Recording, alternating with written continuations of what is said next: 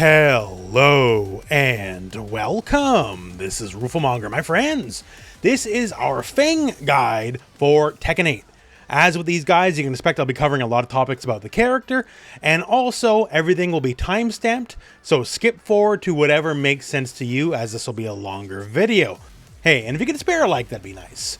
But now let's talk Feng, just pros and cons, right? And it's going to be a little bit more weighted to the pros than the cons. Let's put it that way.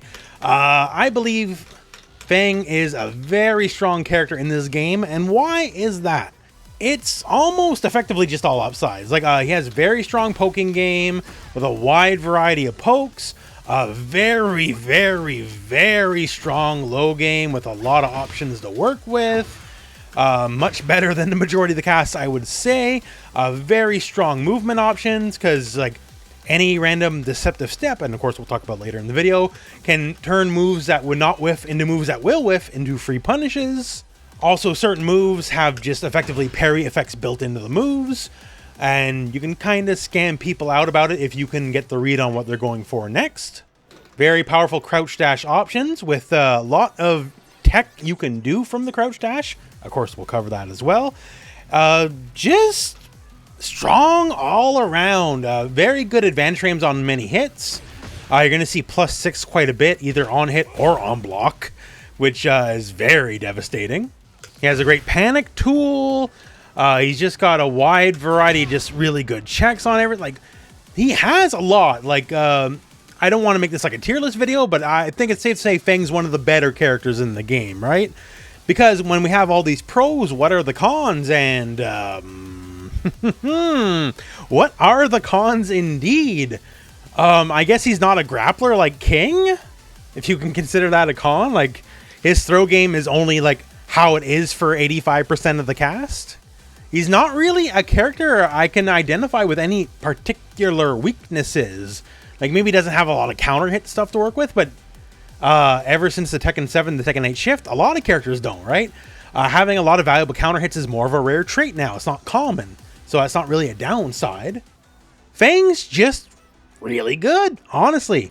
And to start with that in mind, move lists. Move lists are very long, they're very scary. So what we're going to do here is break down Feng into 10 essential moves you need to know for the character, and they'll get you very far and carry you a long ways. Now, let's talk 10 essential moves. So number one here, first one to talk about is back one. This is the Iron Palm. So back one, by itself, is not much. It's a quick 10 frame strike. And 10 frames, that's kind of the big deal, right? So it's just as fast as like the common jab is, right? So about as fast as a move can be. That's really good. The beauty of this, unlike say your more common jabs, is it has a pretty nasty counter hit tied to it. Counter hits maybe doesn't got a lot of them, but this one's the one. Let's put it that way. So on counter hit, he sends you flying with your feet straight up, and that will guarantee you going for back 1+2, his big old shoulder. So a basic 10 frame counter hit can lead to some pretty chunky damage. So we call this a panic button. So if you're feeling any kind of pressure, just toss this out. If the enemy is doing anything with any kind of gap in it, you better believe you will counter hit them out of it and get a fairly sizable reward. So it's a workhorse of a move, only gets better in heat, because in heat, you don't even need the counter hit anymore. It just becomes a 10 frame comboable move. Pretty solid. Our next move to talk about is up forward +2. This guy right here. So this adds to the evasiveness of this character. So he takes a very big step to his left and then attacks you with a quick mid. So this, by itself, it is safe on block, pretty much, because it's -10, yes, but with the pushback, 10 framers aren't exactly connecting from that far away. And it just allows you to be really shifty and tricky, because you can evade a lot of moves with this while sneaking in your quick little punch. It does have a counter hit attached to it, but it has to hit from a very specific angle, just so you know. If it hits from the sides, it won't always counter hit. But it's just what it is on paper here. It's a very evasive attack here. So if you're slightly negative frames, you don't know what's coming next, like this can be what the doctor ordered. Say you're slightly negative, right? So they hit a button. Okay, what are we doing? Well, still easy enough to evade. Annoying power moves coming your way. Sometimes it's hard to hit a button to beat it, but if you smell it coming, maybe you'll just make a whiff. Maybe you'll tag them on the butt of their toes or something. Like, it can beat a lot of very powerful running attacks. Plenty of powerful moves. If you know they're coming, but are too scared to maybe hit a more direct button to stop it, it becomes just as easy as sidestepping out of the way, because it's a very strong sidestep to the left. You can be well out of the way of whatever move's coming your way. Just give him a quick tap. So this is just a very powerful move that makes Feng just extra slippery, and this is a very strong defensive offense.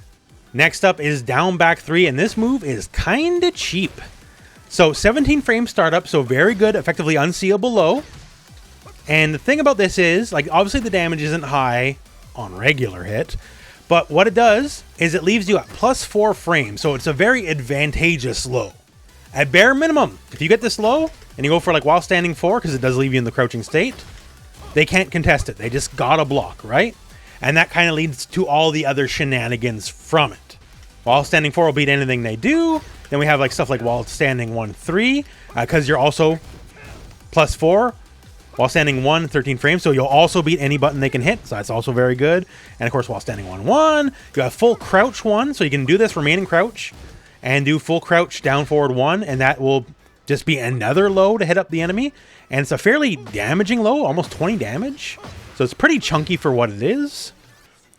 Basically, a quick tap of this, then they have to deal with the entirety of your crouching and while standing offense, because it has a good amount of advantage frames to it.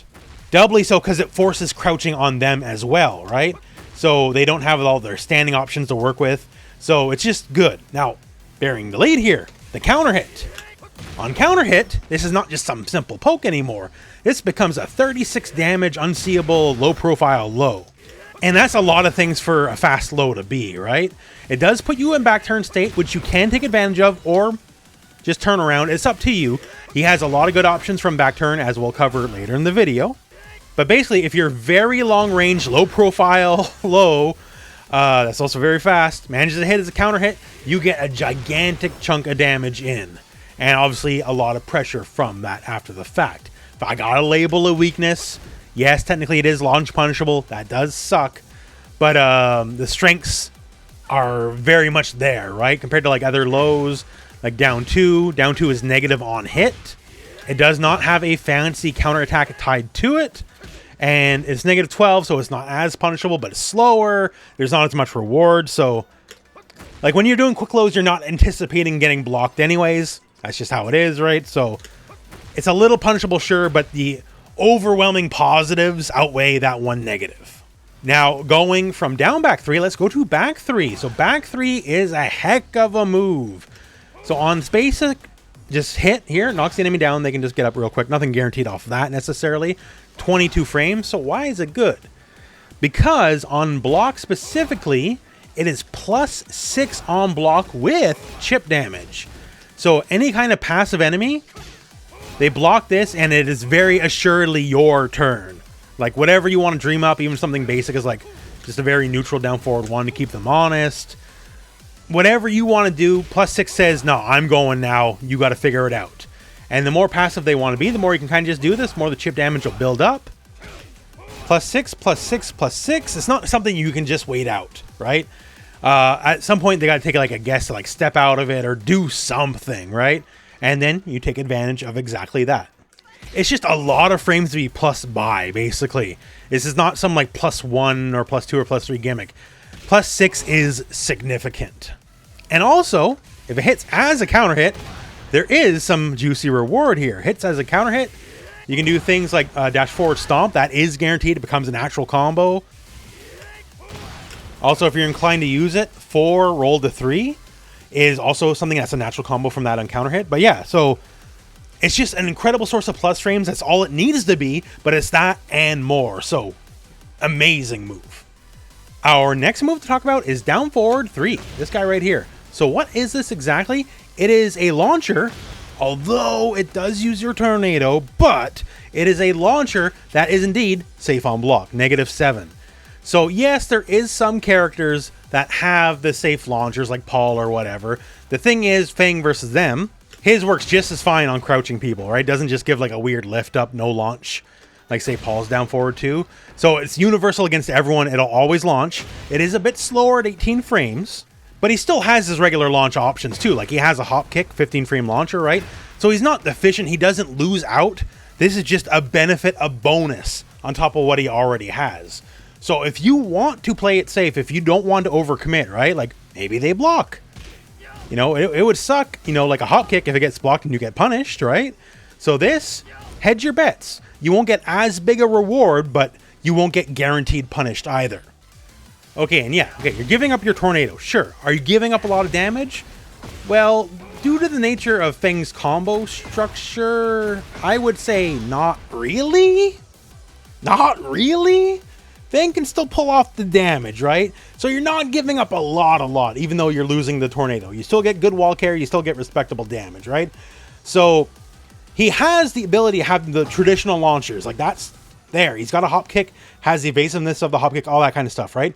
But if you just want a slightly slower, a lot more safe option, that'll do just a little bit less damage. The fact that Feng gives you both options is what's so good about it. Next move to talk about is down forward 4. So down forward 4 is not cool and sexy, okay? I'm telling you this just because it's good. So down forward 4 is just a really strong workhorse of a mid poke. Now, it has good string follow-ups, which we'll talk about in a second, but just by itself. 15 frames, very strong range for 15 frames, as you can see here. It's not joking around when it comes to the range of the move, right? If it's hits, +5 on hit, but the distance between the two people when you're using it, +5 is not that much. But on the flip, -6 on hit, but once again, it creates a lot of distance and pushback on block, so even point blank, -6, it's not too bad with the amount of distance created, right? So on hit or on block, it's a good mid check, keeps people honest, does what it needs to do. Simple as that, just a good mid poke. Now, the follow-ups. So it does have a follow-up here of down forward 4-3. This guy here is a very strong high natural combo, leaves you at a pretty severe plus frames here. You're +15 on hit, not the kind of +15 that links or combos and anything, but it is assuredly your turn. You dictate what happens next. It is barely negative on block. It's only -4, so that's really strong. Now, obviously, the weakness is it's a high, but good thing we have down forward 4-2, which is also a natural combo, and the second hit is a mid. And once again, the poke by itself is just strong by itself. You don't have to commit to anything. You can just do it by itself. But if you want the follow-ups, they're there. Also, down forward 4-3 against the wall, splats on the wall. So if you land this and you happen to be just like anywhere near the wall, just quick and easy cash out, big time damage. What's not to love, right? So just foundationally very strong poke, very fast for the relative range of it. The fact that it has options to follow up with at all is very good.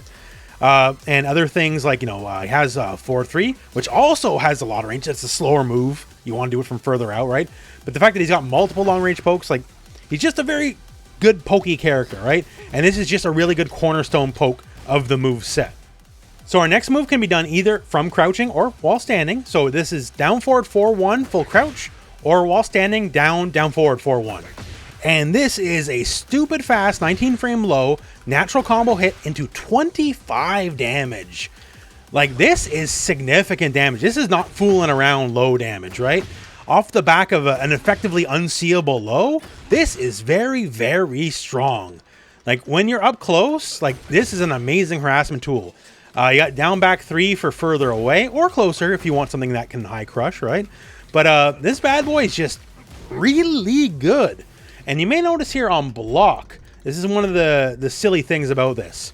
Unlike, say, a Hell Sweep, this does not force you into, like, a weird slow block stun animation where, like, the move stops. Like, if they do not deal with this immediately, they're kind of screwed.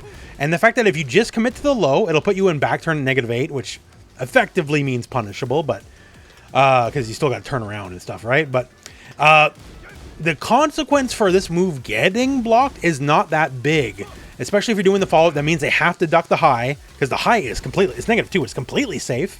So if they block the first thing and get bopped by the high, it's 0 sum, right? And if you only want to go do the low and nothing else, that still leaves you at +3. And, Feng's got some options from back turn. Like, he's not helpless in back turn like some other characters in the game, right? So if you're just looking to gimmick people out, that's also another really good way to do it. Not much to say about this other than it's just a very abusable low that leads to a very high damage outcome. Can be kind of safe-ish, and is just super good. use and abuse this. This is one of the better lows in the game, in my opinion anyways. Back 4. So back 4 is another very fast mid. So back 4 is just another very workman-like mid. It doesn't quite, have the very big range of down forward 4, but what it is a good deal faster. 12 frames versus 15. So when you're up close, this becomes the go-to check. Not many people have 12 frame mids. So just having a 12 frame mid in and of itself is a blessing. And the bigger blessing on top of just having the 12 frame mid is, although it doesn't have the icon on hit properties like that, it considers itself a tracking move, it might as well be a tracking move. If you try to sidestep out to either side, left or right, rest assured back 4 will tag you and you will get bopped. It covers a little bit of an arc while going forward. So on a base level, it is simply your fastest mid check as a 12 frame move. Very handy. And the fact that it has some anti-evasiveness properties, if you're worried about people kind of step on you, this is going to shut that down right quick. It's just simply a move to keep people honest, and in doing that, and he's got a lot of moves like that, like down forward 1's a really good keep you honest move as well, right? But it just does exactly what it needs to be, nothing more, but it's super solid, and that's why it's on the list. Now, our next move is Crouch Dash 1, and Feng headbutts your knee. I know that doesn't sound, well, frankly, very sound as a martial arts technique, but Feng is literally just that good, because, trust me, his head is stronger than your knee. So this is just another in the long list of very good lows for the character, and the fact that it comes off the back of the Crouch Dash means you can hit this from very far away. The move itself, 22 frames, so it's not as fast as some of the other options that we showed here, and how much you want to let the Crouch Dash telegraph it can obviously add to its seeability, but the beauty here is, well, one, just strong low, 23 damage, very powerful low. Gives, a couple plus frames, nothing huge, but it's there. On counter hit, it is a big boy launcher. And no, it does not use up your tornado or anything like that, so you can kind of just safely go for whatever combo structure you want to go for normally. And the threat of the low, the fact that you are allowed to telegraph it if you want, because you can just immediately go into it. You don't have to wait for the Crouch Dash to start at all, right? So it can just become a very long range low if you want it to be. But if you want to telegraph it, they start blocking low. Crouch Dash, you got big mid options, you got all sorts of mid options. We'll have a section dedicated to it, but you can also go for while standing moves from Crouch Dash as well, which can be very powerful, right? So you have a lot of opportunities to kind of over telegraph it and then fake the enemy out. So just a good powerful low, counter hit launcher into full combo. This is a character that knows a good thing or two about counter hit lows, right? And this is the King Kong counter hit low, right? So that's really, really powerful. And the fact that you can just over telegraph it and fake the enemy out and make them block low and then go for mids and do whatever you want just makes it very strong. The Crouch Dash and all the various things he can do out of the Crouch Dash is great. Crouch Dash will get its own section, don't worry, but just super sound good move. So the last move I would like to talk about in our top 10 section here is down forward 3 and 4. So this is another very long range poking move. Very good. Also full tracking, as you can see here. And a couple things to note. One, it does lead to guaranteed damage on regular hit. Doesn't need to counter hit or anything fancy. On regular hit, you can go forward, just dash forward and stomp. That's guaranteed. Or you can do forward roll to 3, and that's also guaranteed. So you do get some guaranteed damage on regular hit. That is very nice. Regardless of the escape option, it just leaves them at an awkward angle, so the damage is going to happen. So big hit, tracking, guaranteed damage. If it connects, great. It is also safe on block. That's good. And it's just a general good keep away move. As we'll talk about, Feng's general evasiveness is very good. And while people are trying to chase you down, or if you're just wondering, what they're going to do next, this is just a good way to contest space. Because the thing about this move is, normally you do a big move that whiffs, you whiff punish, right? You can certainly whiff punish this move. It's not impossible, but it is mildly difficult, is what I'll say. One, Feng moves backwards after the initial kick is done. So the range and spacing is one thing, and he is able to block very fast after the move is completed. There is very little end lag to the move, very little recovery to the move. So if you are anticipating this move specifically, see it, then whiff punish with an appropriate fast long range button, yeah, sure you can. But anything less than that, you're probably not whiff punishing this. It just recovers too quick for what it is, and the positioning he maintains as he recovers while doing it, it's just very difficult to properly whiff punish. So effectively, it's just a low consequence move to toss out.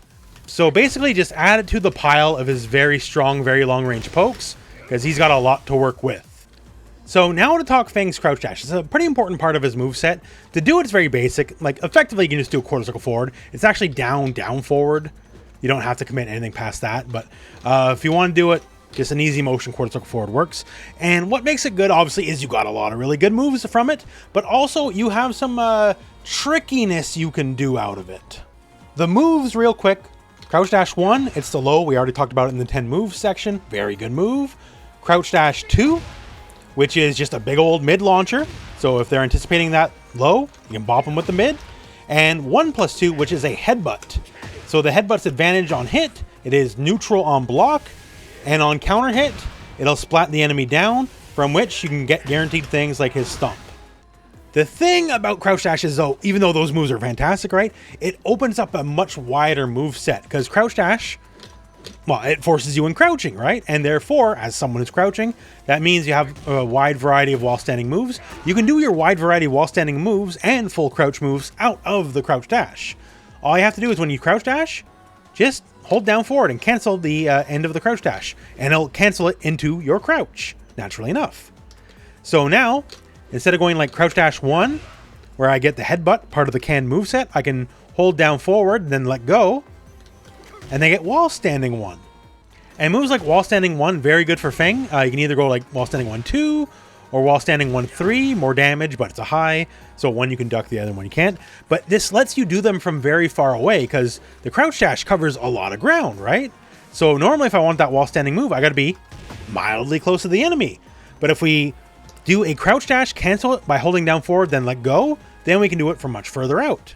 And from this far away, I can hit him with wall standing 1. There you go, right? And it's simple. I just do the crouch dash, hold down forward for a split second, let go, and then hit 1, which forces my wall standing move.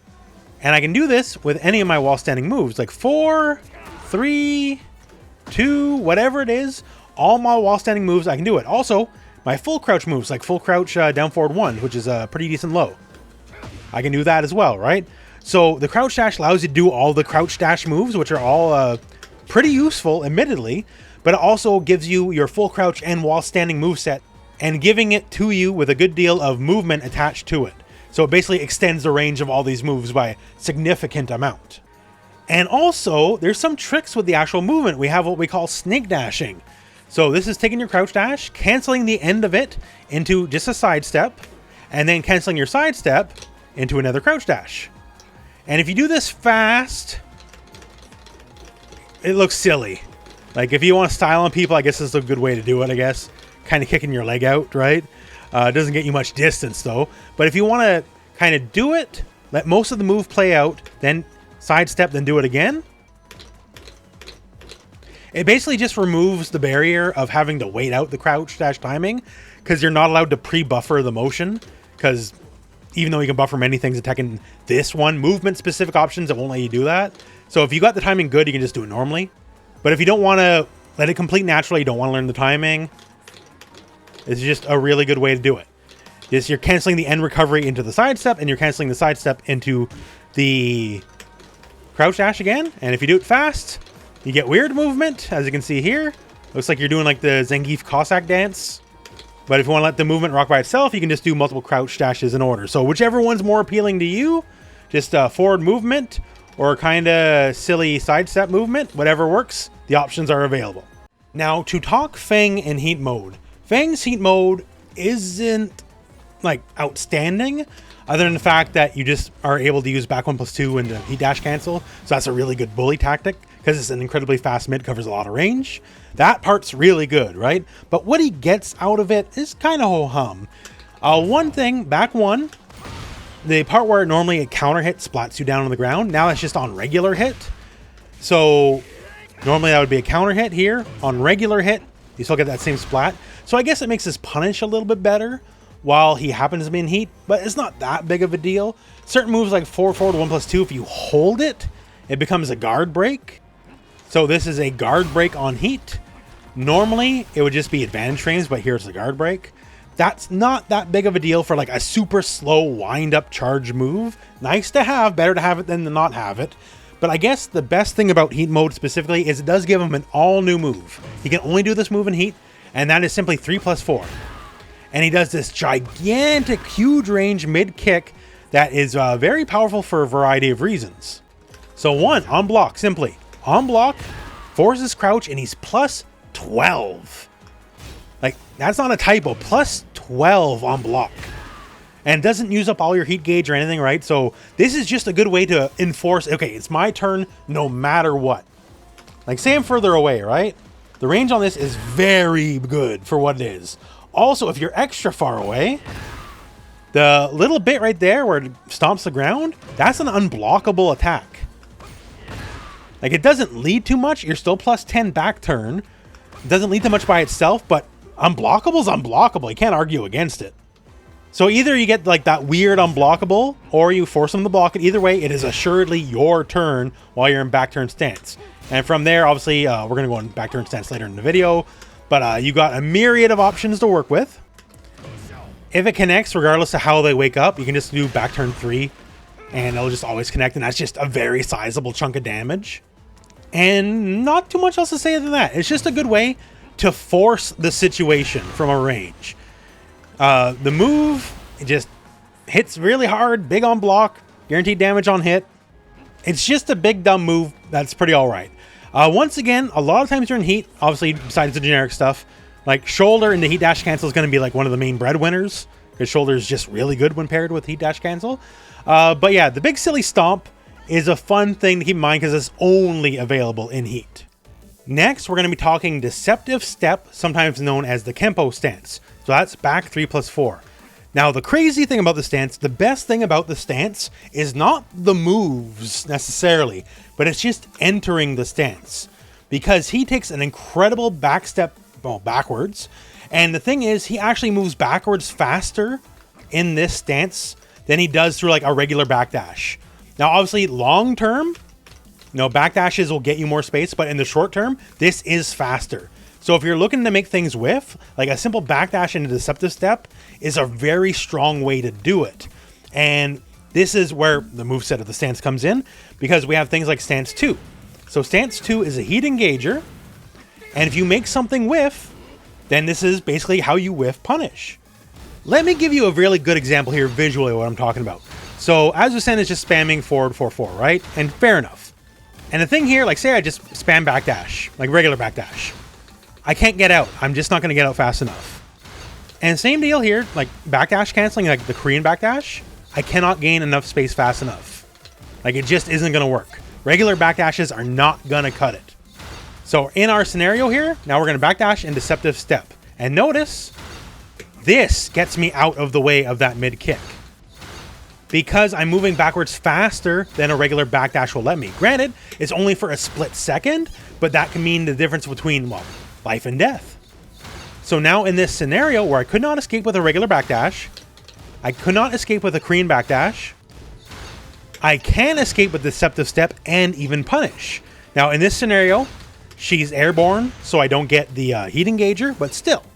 So if you need to travel backwards the absolute fastest you can, Deceptive Step is how you do it.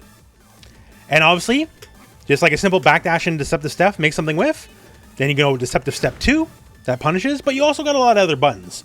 Like Deceptive Step 3 is a straight up launcher. So it's like down forward 3 in that it uses your tornado, but as we talked about in the down forward 3 section of the video earlier, that's not too big of a deal for Feng. He'll get some pretty workable damage regardless. Deceptive Step 1 is a low profiling low, and on counter hit, it will splat the enemy to the ground. And at which point, if I want to give him a quick how do you do, pretty much guaranteed. Deceptive Step 4 has a 1+2 follow-up, which is basically just a hell sweep, like straight up. 34 damage. If you do it together, it pops up the enemy in the air. It can hit him off the wall, depending on the angle. Useful in all the ways a hell sweep would be. Once again, we talked earlier, Feng's got a lot of really good lows, right? That's just another one. And if you do 3+4, it's a big old flip. And if you do 3+4, 3+4, he'll kip up like he's Shawn Michaels. So very powerful stance. Like there's only just a couple quick follow-ups, and you do the follow-up and you're immediately out of it. So it's not like you're in the stance to win the game, but it's just powerful because we talked about evasiveness. He's a very strong and evasive character. This is one of the key reasons why. If you're looking to gain the maximum amount of distance backwards to whiff punish people, this is the way to do it. Much faster than any backdash canceling, any backdash. Now, obviously, you can't block while doing it. So that's the downside versus a backdash you're still allowed to block. But if you're just looking to create the whiff punish, this is the best way to do it. So Deceptive Step stance, Kempo stance, whatever you want to call it, very powerful, very useful for Feng. Now, our next little mini stance is Shifting Clouds. That's forward 3+4. Now, it's not as powerful as Deceptive Step, in my opinion, just because, it's more purely offensive, but it does have a defensive aspect as well. The beginning of the move, where he's kind of moving his hands around, actually does have a parry effect built in. So if the enemy happens to be going for a move and you know it's coming, you can kind of just eat the move. It'll just delete the move before it actually goes off. Now, it does follow normal parry rules, so things like knees and elbows, it can't stop so well, but everything else that's a high and a mid, yeah, it's got it kind of locked down. Now, the thing that's special specifically is if it happens to eat 2 moves, it'll do an automatic counter. There's no stopping this from going off. If the enemy just is smashing buttons into your Shifting Cloud stance, then it's just a guaranteed follow-up here, and guaranteed follow-up does lead to guaranteed damage. As they crumple down, you can stomp them, do whatever you want to do.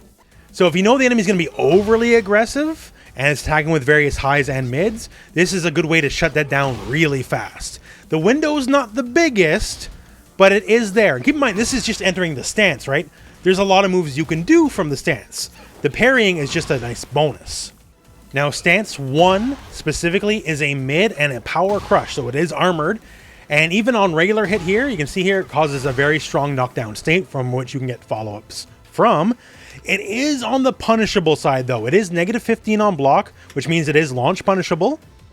But you're basically doing this if you believe they're going to be hitting any kind of buttons. Shifting Clouds 2 is just a quick high. Nothing too special. On counter hit, it does create a fallback state. You don't get guaranteed damage from it, but it'll just guarantee it's definitely your turn next because it'll leave you at +25. And if you're so inclined, if you hold back while doing it, it'll leave you in back turn state, so you can kind of shift around and stance from it. Shifting Clouds 3, big old full circle tracking high, knocks down on hit, +23 on block, leaves you in the back turn state. So after which, you can try to follow up with Stomp or whatever you want to do. It is chip damage and plus on block. So if you think they're going to be passive, this is a pretty good way to go about it. So we got some highs, we got the mid, right? So stance 4 is just a low. It is a keep you honest low. So if you're looking to stand block everything, it'll get you pretty quick. It is +3 and 20 damage. It is fairly significant damage for what it is. And if it does connect on counter hit, it'll be a slip sun state at +14, which does guarantee the back 1+2 shoulder. So counter hit leads to big boy damage. And finally, stance 1+2 is just a mid. Safe on block, knocks down on hit. It just is to keep everything else honest, right? So if you're trying to duck all the highs, block the low, this is there. Just say, nah, you got to pay attention. This is going to happen. So it's not a super critical stance. Once again, I think Deceptive Step is a better stance for a variety of reasons, not the least of which the evasion. But this is also defensive in that it has a parry built into the start of it. And, it gives you basically everything you need out of a stance, right? You got your mid to keep people honest. You got a power crush. You got a low that's pretty juicy if it hits as a counter hit. You got plus on block full tracking circle move. So it is very solid, just maybe not as good as its direct competition, but keep it in mind for sure. And our final stance is the back turn stance. So lots of moves can leave Feng in the back turn stance. A lot of them you have a choice. Either you enter it manually or not. Even on something as simple as 1-2-2, basic, 10 frame punish, right? You can end it off in back turn if you'd like. He gets quite a bit out of the back turn stance. Some characters might have a move or two, and obviously there's some other characters that are back turn specialists, but he gets a good amount to work with. So let's start with the first one here, back turn 1. So it's a very odd duck move. So it's just the basic jab, at least on paper, right? It's barely I think it's -3 on block, so it's barely negative on block. The thing is, it's +14 on regular hit. Regular old hit. No counter hit, no nothing. And this will link into his back 1+2 shoulder.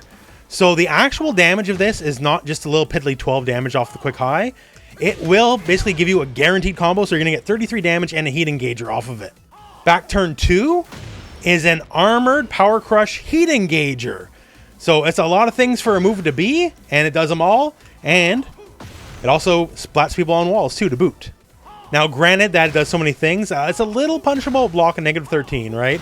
But it is an option just to keep people honest with the mid, especially because the threat of just the basic jab is so strong.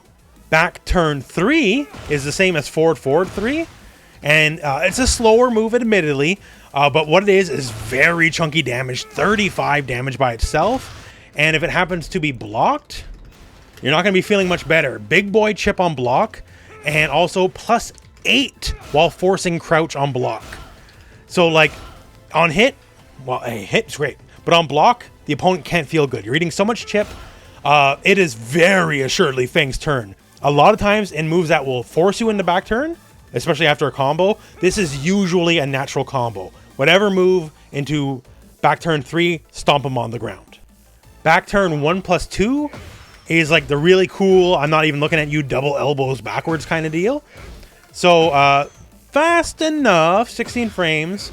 Advantage on hit, a little barely negative on blocks. Not a big deal if it gets blocked here. The big deal here is on counter hit specifically, it'll splat the enemy down. And as just mentioned earlier, that means guaranteed back turn 3. Solid 50+ damage.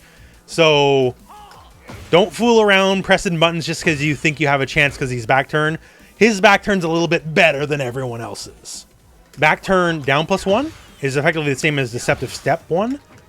Same counter hit, same everything. So like basically same move, just you use it in multiple stances. And here's the real special one. Back turn down 3. So this is like his snake edge style of sweep, except the normal snake edge is 30 frame startup, like very reactable, right? If you block it, you're probably dead. But back turn down 3 is 18 frames. It's almost twice as fast.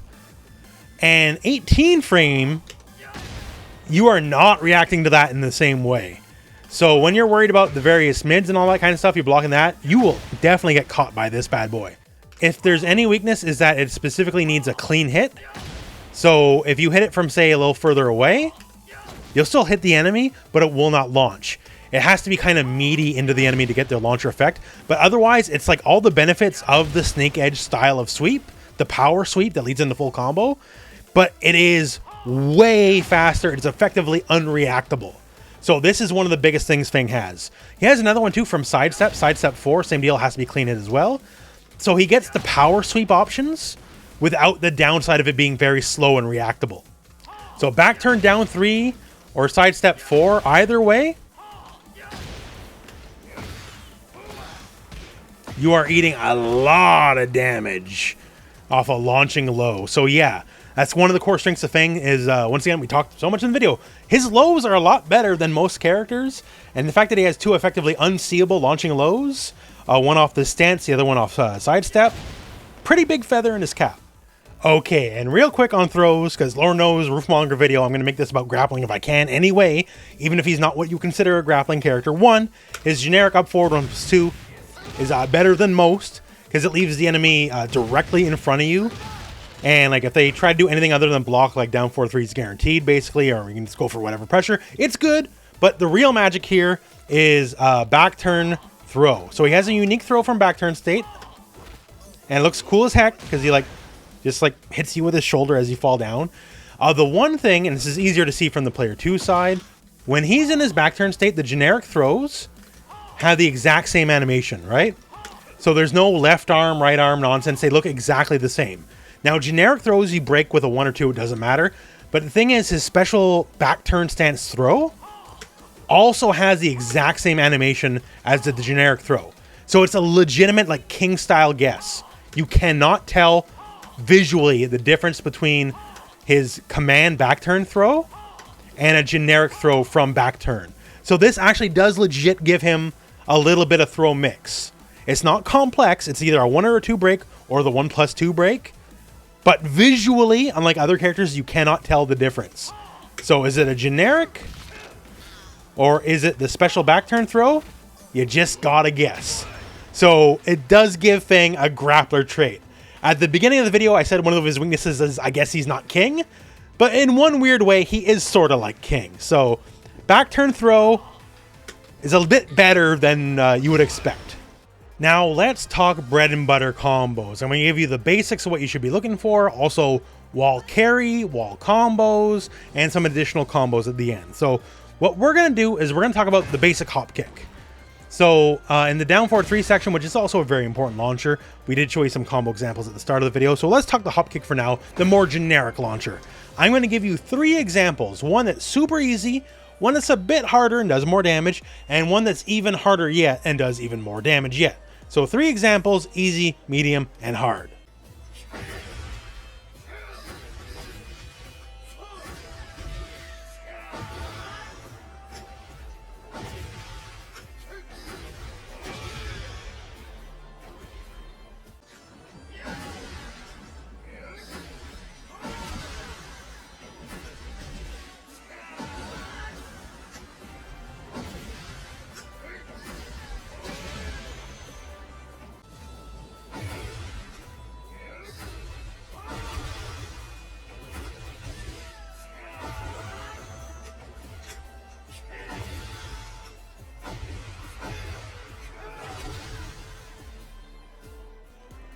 So there we go, easy, medium, and harder combos. So our first combo, there's effectively no timing at all. You can just do it. It kind of just does itself. So if you're looking for something that's ultra reliable, that's the one. Combos 2 and 3 use forward, forward, 4-3, which is the just frame.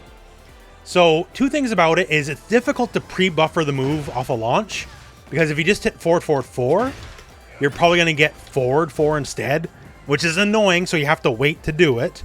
And to get the just frame, you have to wait. You can't just hit 4-3. The move will still come out, sure, but then you will not get the bonus damage. So you have to wait basically to the last possible moment, hit 4, then hit 3. Then you get the blue spark, then you get more damage. And for the last combo, where we put this little piece of business in. So after we do our tornado, we're going to dash in, sidestep to our left specifically to do up forward 4. And that'll put us off axis with the enemy, and that's what makes down back 1, 2, 4 connect. Normally, if you're just kind of even with each other, that will not work. The second punch will whiff and the whole thing will drop. So it totally works, as you can see, right? It's just difficult. The timing's very strict because you got to be fast enough to get the dash in, then get the sidestep, and you have to wait on the sidestep. If you don't sidestep enough and go right into the up forward 3, then the whole thing will drop. You will not land this, right?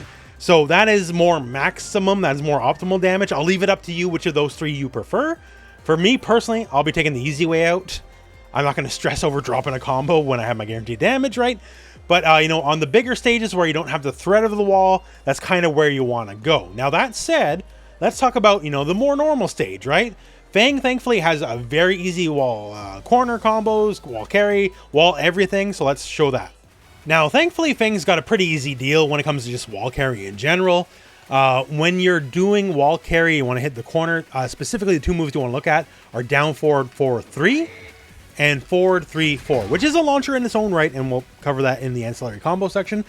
But generally, do whatever combo you're going to do, and if you're mildly near the wall, just slap in one of these moves, and it'll basically work. I'll show you with an example here with a hop kick, and one with the down forward 3.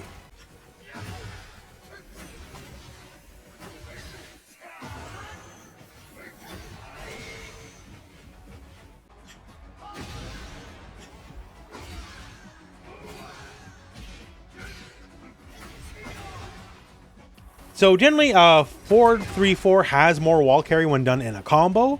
So if you're a little closer, go for down forward 3-4 instead. But that's kind of the generic basics. Also, say you're further away, right? Further away, down forward 3 is not as good because you do use a tornado. Normally mid-screen doesn't matter, but far away it does matter. But if you're doing for like a generic launcher and you still have your tornado, you can basically hit the wall from like 75% of the screen away.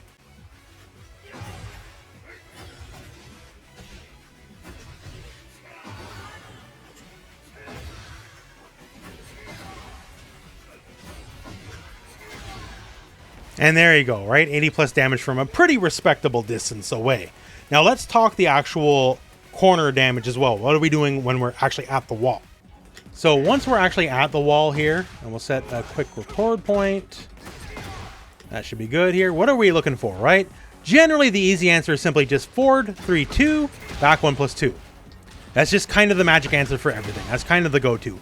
Sometimes 1, 4, back 1 plus 2, but back 1 plus 2 is always going to be the answer. That's the part, the shoulder, it's going to hit lower to the ground. You're going to get the better damage scaling, and it's just going to add basically a flat 15 damage to whatever your combo is going to be. So frankly, that's about it. Just do your combos, down forward 4, 3, or forward 3, 4. They'll get them on the wall, and from there, your wall combo options are pretty simple. Very simplistic wall game, but effective.